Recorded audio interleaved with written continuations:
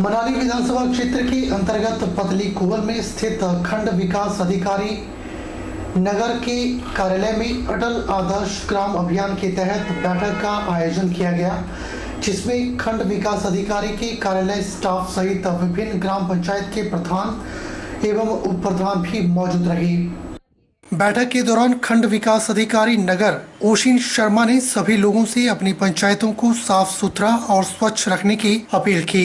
इसके साथ ही उन्होंने बताया कि अब सप्ताह में एक दिन नगर ब्लॉक की सभी पंचायतों में सफाई अभियान चलाया जाएगा और सभी पंचायतों को कचरा मुक्त बनाया जाएगा। उन्होंने कहा कि आज नगर विकास खंड में अटल ग्राम योजना को आज से आरंभ किया गया है और इसके अंतर्गत एक दिन स्वच्छता की शुरुआत हर शुक्रवार को की जाएगी। उन्होंने कहा कि यह 1 जुलाई से आरंभ हो चुका है और यह 2 अक्टूबर तक जारी रहेगा। उन्होंने कहा कि इसमें नगर विकास खंड के उन सभी चिन्हित स्थानों पर हर सप्ताह सफाई अभियान चलाया जाएगा जहां सबसे ज्यादा गंदगी होती है। सह आयुक्त खंड विकास अधिकारी ओशिन शर्मा ने कहा कि सभी लोग गीले और सूखे कूड़े कचरे को अलग अलग रखें और इधर उधर न फेंकें। उन्होंने कहा कि आज से इसकी शुरुआत नगर विकास खंड में की जा चुकी है और जल्द ही बेहतर परिणाम सभी के सामने होंगे।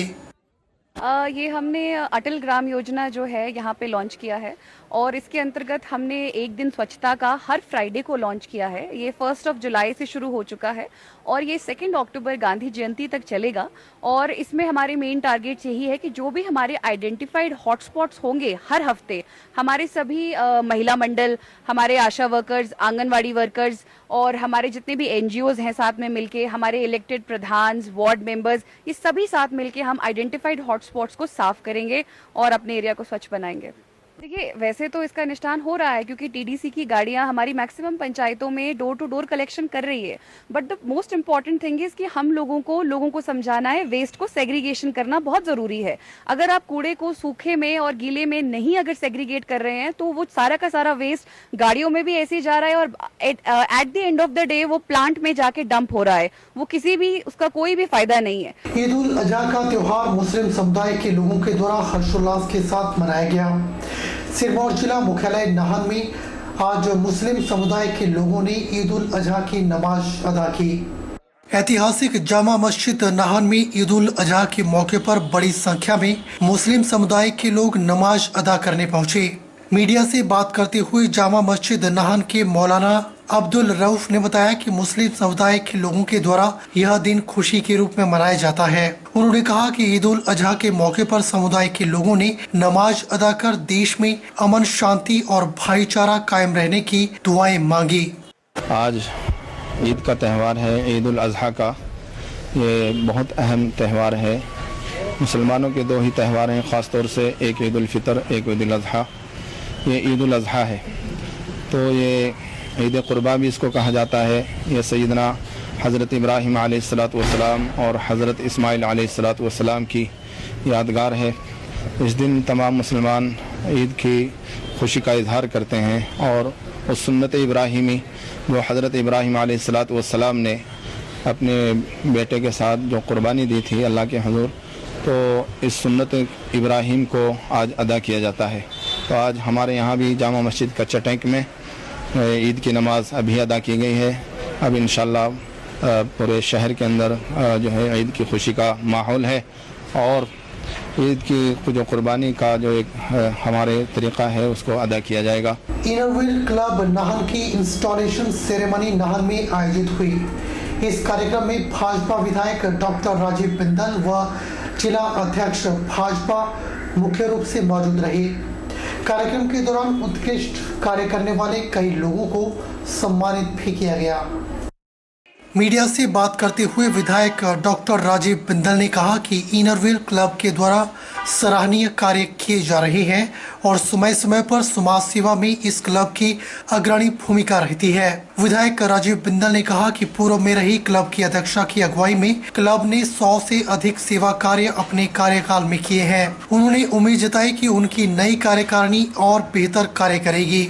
उन्होंने कहा कि खासकर इस क्लब के द्वारा महिलाओं के उत्थान के लिए, गरीबों के उत्थान के लिए और पर्यावरण संरक्षण में जो कार्य हो रहा है वह बेहद प्रशंसनीय है।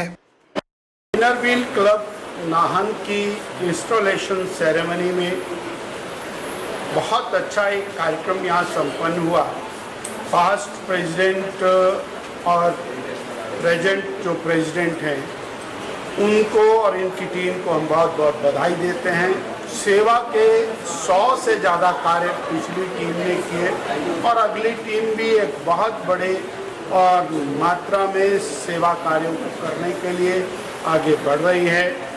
जिस प्रकार से बहनों के लिए प्रमोशन इन्होंने दिखाई है नाहन की टीम ने, कैसे आगे बढ़कर के पर्यावरण प्रदूषण को बचाने में काम करते हैं, किस प्रकार से रोगियों की सेवा में काम करते हैं, किस प्रकार बहनों को पढ़ाने में और गरीबों की सेवा के अंदर काम करते हैं, वो सच में समाज के लिए प्रेरणादायी है।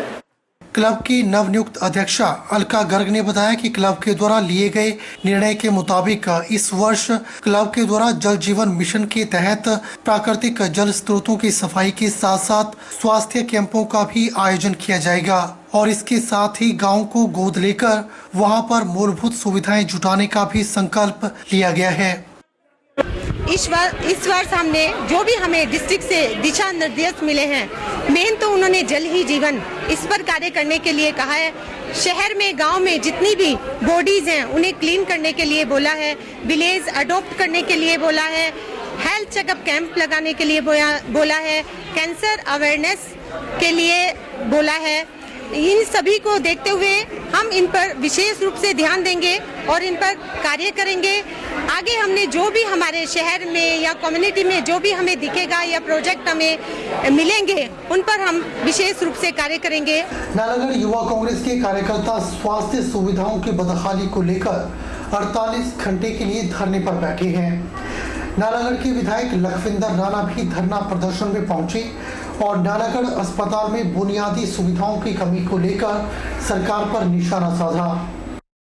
नालागढ़ के विधायक लखविंदर राणा ने स्वास्थ्य सुविधाओं की बदहाली को लेकर सरकार पर निशाना साधते हुए कहा कि स्वास्थ्य मंत्री के जिले में स्वास्थ्य सुविधाओं की कमी होना दर्शाता है कि पूरे प्रदेश में किस तरह की स्वास्थ्य सुविधाएं मुहैया करवाई जा रही हैं। उन्होंने कहा कि बड़ी हैरानी की बात है कि मंत्री के गृह जिला में ही डॉक्टरों की कमी और टेस्ट नहीं हो पा रहे हैं। वहीं प्रदेश कांग्रेस सचिव योगेश्वर राणा ने कहा कि अस्पताल में काफी समय से डॉक्टरों के पद रिक्त पड़े हुए हैं, जिसके कारण लोगों को समय पर इलाज नहीं मिल पा रहा है। भाजपा सरकार के 4.5 वर्षों का कार्यकाल पूरा हो चुका है, लेकिन आज तक डॉक्टरों की कमी को पूरा नहीं कर पाई है। उन्होंने मांग उठाते हुए कहा कि जल्द से जल्द अस्पतालों में डॉक्टरों की कमी को पूरा करें और 200 बेड का अस्पताल बनाया जाए। मुख्यमंत्री ने अस्पताल के लिए जो 200 बेड की घोषणा की थी वह अभी तक पूरी नहीं हो पाई है। मैं आपको बताना चाहता हूँ, बहुत लंबे समय से जो यहाँ पर हमारा हॉस्पिटल है नालागढ़ का CSC हॉस्पिटल, जिसको अभी सरकार घोषणा अभी की है 200 बेड की, लेकिन मुझे बड़ा अफसोस हो रहा है। तो 100 बेड का अस्पताल तो हमारी कांग्रेस के समय में था ये, और उस वक्त जो डॉक्टरों की संख्या हुआ करती थी 12 हुआ करती थी। अब जो आप सैंक्शन पोस्ट जो इन्होंने 12 से कम करके 9 कर दिया है। 9 के बावजूद भी नालागढ़ हॉस्पिटल में जो 60 डॉक्टर जो है यहाँ पर है, और अगर हम कुल मिलाकर देखें 1-2 डॉक्टर छुट्टी के ऊपर होते हैं, लेकिन बहुत बड़ी आबादी जो हमारे हल्का नालागढ़ की है, जैसे मैंने कहा कि 85,000 जो है हमारे मतदाता है, 1.5 लाख और बच्चियाँ वो है जिनकी पोस्ट नहीं बनी हुई है। 2.5-3 लाख लोग जो बाहर से यहाँ पर फैक्ट्रियों में काम करते हैं। 5 लाख की आबादी को जो है ये जो हमारा CSC हॉस्पिटल नालागढ़ का है, उन पेशेंट्स को ये यहाँ पर देख रहा है। इसका एक बहुत बड़ा कारण है, क्योंकि अगर हमारे अस्पताल में नालागढ़ में अगर डॉक्टरों की संख्या पूरी होगी तो मुझे नहीं लगता कि हम सभी लोगों को जो है लाइन में खड़ा होकर 2-2 घंटे अपनी बारी का इंतजार करना पड़े। उसी की कड़ी को लेकर हमारी कांग्रेस पार्टी ने जो यहाँ पर धरना प्रदर्शन दे रहे हैं। हमें आपने भी वहाँ पर देखा है, लेकिन इतनी बार मुद्दा उठाने के बावजूद भी जो है जो हमारी ये सरकार भारतीय जनता पार्टी की है और मुख्यमंत्री जयराम ठाकुर जी और राजीव सैनी जो स्वास्थ्य मंत्री है, उन्होंने बिल्कुल भी जो है इसकी ओर ध्यान नहीं दिया। हिमाचल प्रदेश प्रशिक्षित नर्सरी अध्यापिका संघ ने प्रदेश सरकार से RMP रूल्स के तहत भर्ती की मांग करते हुए 1 वर्ष के डिप्लोमा को मान्यता देने के साथ बैच वाइज आधार पर भर्ती की मांग की है। हिमाचल प्रदेश प्रशिक्षित नर्सरी अध्यापिका संघ ने प्रदेश सरकार से RNP रूल्स के तहत भर्ती की मांग करते हुए 1 वर्ष के डिप्लोमा को मान्यता देने के साथ बैच वाइज आधार पर भर्ती की मांग की है। हिमाचल प्रदेश प्रशिक्षित नर्सरी अध्यापिका संघ की प्रदेशाध्यक्ष वंदना गौतम ने मंडी में आयोजित प्रेस वार्ता के दौरान कहा कि संघ के द्वारा 8 जिलों में कार्यकारिणी का विस्तार किया गया है और जिला अध्यक्ष नियुक्त किए गए हैं। उन्होंने कहा कि प्रदेश में प्री प्राइमरी कक्षाओं की शुरुआत हो चुकी है और 50,000 बच्चे इनमें प्रवेश ले चुके हैं। उन्होंने उम्मीद जताई कि प्रदेश के मुख्यमंत्री जयराम ठाकुर की अगुवाई में प्रदेश सरकार प्रशिक्षित नर्सरी अध्यापकों की नियुक्तियां जल्द ही करेंगी। जैसा कि आप सब जानते हैं कि हमारे बड़े भाई श्री वीर सिंह भारद्वाज जी ने बहुत लंबे समय से एनटीटी की भर्ती के लिए संघर्ष किया है और इनके इस संघर्ष के कारण हम इस भर्ती के अंतिम चरण तक पहुंच चुके हैं। मुझे आशा ही नहीं अपितु पूर्ण विश्वास भी है कि हम बहुत जल्द अपनी मंजिल को हासिल कर लेंगे। आज हम 8 जिलों की कार्यकारिणी का विस्तार कर रहे हैं और एक जिला अध्यक्ष दे रहे हैं। जो बाकी के जिला हमारे पास बचते हैं उनका भी हम 1 हफ्ते के अंदर कार्यकारिणी का गठन कर देंगे। ये तो सभी जानते होंगे या शायद कोई बहनें हमारी नहीं जानती है कि हिमाचल प्रदेश देश का पहला ऐसा राज्य था या ऐसा राज्य है जिसमें न्यू एजुकेशन पॉलिसी को लागू किया गया है और यह श्रेय हम अपने मुख्यमंत्री श्री जयराम ठाकुर जी को देना चाहते हैं और ये श्रेय उन्हीं को जाता है क्योंकि इस समय हिमाचल में प्री प्राइमरी कक्षाएं खुल चुकी हैं और हिमाचल में 50,000 से अधिक बच्चे एडमिशन ले चुके हैं और हमें हमारी जयराम सरकार से आशा ही नहीं अभी तो पूर्ण विश्वास है और उनके साथ हमारा समस्त एनटीटी बहनों का आग्रह भी है कि बहुत जल्दी वो हम एनटीटी अध्यापिकाओं को नियुक्त करेंगे। वहीं भारतीय मजदूर संघ के प्रदेश महासचिव वीर सिंह भारद्वाज ने कहा कि प्रशिक्षित नर्सरी अध्यापिका संघ का प्रतिनिधिमंडल शिमला में मुख्यमंत्री जयराम ठाकुर से 19 तारीख को मिला था तो मुख्यमंत्री जयराम ठाकुर के द्वारा शिक्षा विभाग को 2 महीनों के अंदर एनटीटी की भर्ती करने के निर्देश जारी किए गए हैं। उन्होंने कहा कि प्रदेश की 95% नर्सरी अध्यापिकाओं ने 1 साल का डिप्लोमा किया हुआ है क्योंकि प्रदेश में 2019 तक 1 साल का ही डिप्लोमा करवाया जाता था। देश के दूसरे राज्यों में भी 1 साल के डिप्लोमा को मान्यता दी गई है और नर्सरी अध्यापिकाओं की भर्ती की गई है। और जहाँ तक मामला हमारा जो एनटीटी का है कि आपके माध्यम से हम माननीय मुख्यमंत्री जी का जो है कि दिल से आभार जताते हैं कि हम 19 तारीख को जब शिमला में गए थे और जिसमें हमारे पास जो 700-800 लड़कियां वहाँ पर जो अभी एनटीटी गई थी और मुख्यमंत्री महोदय जी ने एनटीटी के पदों को भरने के लिए एजुकेशन जो सेक्रेटरी साहब है, जो शिक्षा सचिव है, उनको जो है भी डायरेक्ट फ़ोन कर दिया और उनको जो है समय दिया गया कि आप 1.5-2 महीने के अंदर जो है कि इन एनटीटी के भर्ती करें और बीच का रास्ता जो भी निकालना है निकाल दो और मगर मुझे 2 महीने के अंदर जो है भर्ती होनी चाहिए। हमें मुख्यमंत्री जी के ऊपर पूरा भरोसा है और शिक्षा मंत्री महोदय जी से भी हम मिले कि भाई उन्होंने भी कहा कि भाई कि हम आपके लिए जो है ड्राफ्ट को जो है तैयार कर रहे हैं।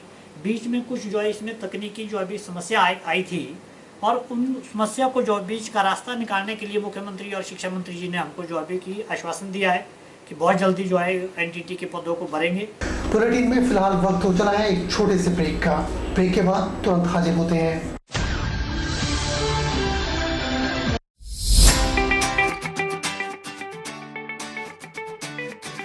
Abhilashi university twelfth Chowk Mandi, a leading university in Himachal Pradesh.